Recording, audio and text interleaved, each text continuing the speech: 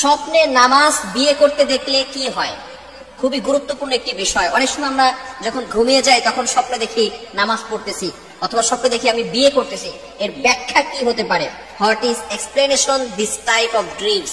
এর ব্যাখ্যাটা কি হতে পারে এটা আমরা অনেকেই জানি না। ভালো করে মনে রাখবেন, স্বপ্নের সবচেয়ে বড় ব্যাখ্যাকার ছিলেন মুহাম্মদ ইবনে সিরিন রাহমাতুল্লাহি আলাইহি। ওনার যুগের সবচেয়ে বড় ব্যাখ্যাকার ছিলেন। অনেকে স্বপ্নকে বিশ্বাস করে না। ভালো করে মনে রাখবেন, স্বপ্ন কিন্তু অনেক সময় সত্যি হয়। স্বপ্ন হচ্ছে তিন প্রকার। একটা হচ্ছে আল্লাহ তাআলার পক্ষ থেকে আসে, সেটা ভালো স্বপ্ন। আরেকটা হচ্ছে শয়তানের পক্ষ থেকে আসে, এটা হচ্ছে খারাপ স্বপ্ন। আরেকটি স্বপ্ন হচ্ছে নফসানি স্বপ্ন, অর্থাৎ সারাদিন মানুষ যেটা চিন্তা করে এটাই সে বারবার স্বপ্ন দেখতে থাকে। এখন ভালো স্বপ্নটা এটা আল্লাহ তাআলার পক্ষ থেকে আসে। তবে রাত 12টার পর থেকে নিয়ে ফজরের নামাজের আগ পর্যন্ত যে স্বপ্নগুলো দেখা হয়, এই স্বপ্নগুলো সত্য হয়ে থাকে। ভালো করে মনে রাখবেন। আর স্বপ্ন হচ্ছে নবুয়তের 46 ভাগের 1 ভাগ। সুতরাং এটাকে অবিশ্বাস করার কোনো অবকাশ নেই। এজন্য অবশ্যই অবশ্যই স্বপ্ন সত্য হয়ে থাকে। তো কেউ যদি নামাজ দেখে যে সে নামাজ পড়তেছে, এর ব্যাখ্যা কি হতে পারে? মুহাম্মদ ইবনে সিরিন রাহমাতুল্লাহি আলাইহি উনি এর ব্যাখ্যা চমৎকার করে দিয়েছেন। যদি আপনি স্বপ্ন দেখেন যে আপনি নামাজ পড়তেছেন, আল্লাহ তাআলা আপনার মনের আশা পূরণ করে দিবেন। বলেন সুবহানাল্লাহ। যদি কেউ স্বপ্ন দেখে সে বসে শুয়ে নামাজ পড়তেছে, তাহলে সে রোগাক্রান্ত হয়ে যাবে। তাহলে আপনি হতাশ হবেন না, নিরাশ হবেন না। এর পরিবর্তে আপনি কি করতে পারেন? যদি আপনি দেখেন যে আপনি শুয়ে নামাজ পড়তেছেন, তাহলে আপনি আল্লাহর জন্য কিছু টাকা ডোনেশন করে দিবেন। আপনি কিছু সাদাকা করবেন, ডোনেশন করবেন। মনে রাখবেন, আস-সাদাকাতু তাদুররুল বালা। Donation protect from all accident.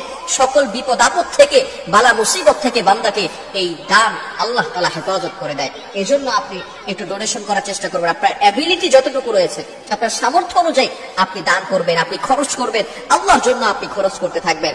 1 number, যদি আপনি শুয়ে স্বপ্ন দেখেন তাহলে আপনি রোগাক্রান্ত হয়ে যেতে পারেন। 3 নাম্বার হচ্ছে, যদি আপনি বসে নামাজ পড়ার স্বপ্ন দেখেন, তাহলে আপনার জন্য ভালো খবর আসতে পারে এবং আপনি অসুস্থ হয়ে যেতে পারেন।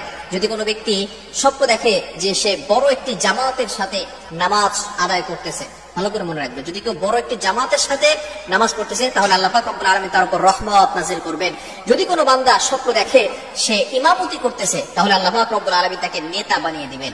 সুতরাং এই স্বপ্নের ব্যাখ্যা যে মাস্ট বি হবেই হবে, বিষয়টা এমন নয়। এটা হতেও পারে, নাও হতে পারে।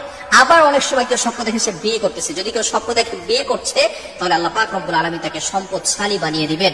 সুতরাং এই স্বপ্ন আল্লাহ তাআলার পক্ষ থেকেও আসে, শয়তানের পক্ষ থেকেও আসে। যদি আপনি খারাপ স্বপ্ন দেখেন, তাহলে খারাপ স্বপ্ন থেকে বাঁচার জন্য আপনি আল্লাহ তাআলার কাছে দোয়া করবেন।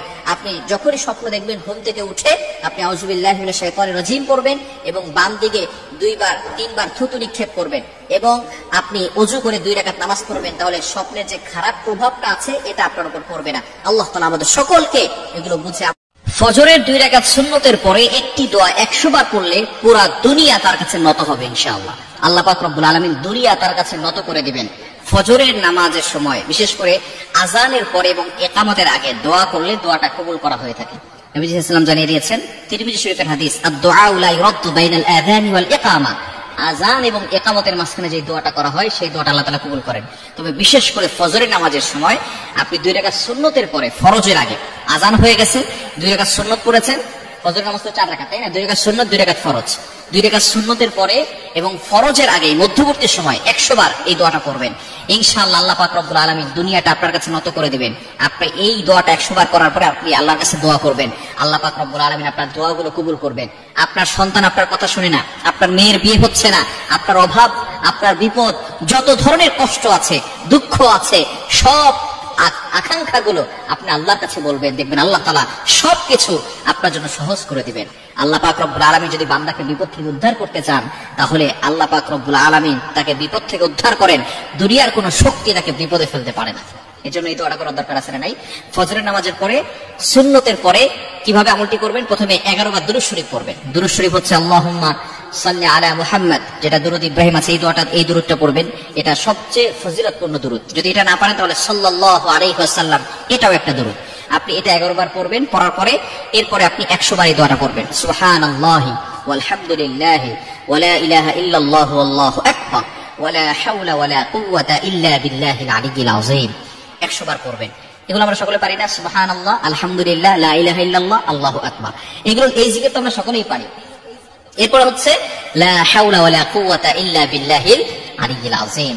একেবারে পরিচিত, সকলের কাছে পরিচিত, একেবারে সহজ যে বাক্যগুলো আছে, সবচেয়ে সহজ এবং আল্লাহ তাআলার কাছে প্রিয় বাক্যই হচ্ছে 4টি বাক্য, সুবহানাল্লাহ, আলহামদুলিল্লাহ, লা ইলাহা ইল্লাল্লাহ, আল্লাহু আকবার। এই 4টি বাক্য হচ্ছে আল্লাহ তাআলার কাছে সবচেয়ে প্রিয় বাক্য।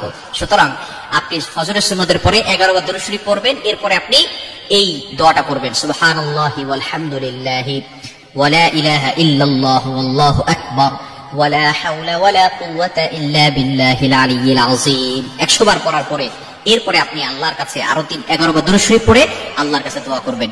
আল্লাহ পাক রব্বুল আলামিন অবশ্যই আপনার দোয়াগুলো কবুল করবেন। আপনার যত আকাঙ্ক্ষা আছে, আপনার যত চাহিদা আছে, সবকিছু আল্লাহ তাআলা পূরণ করবেন।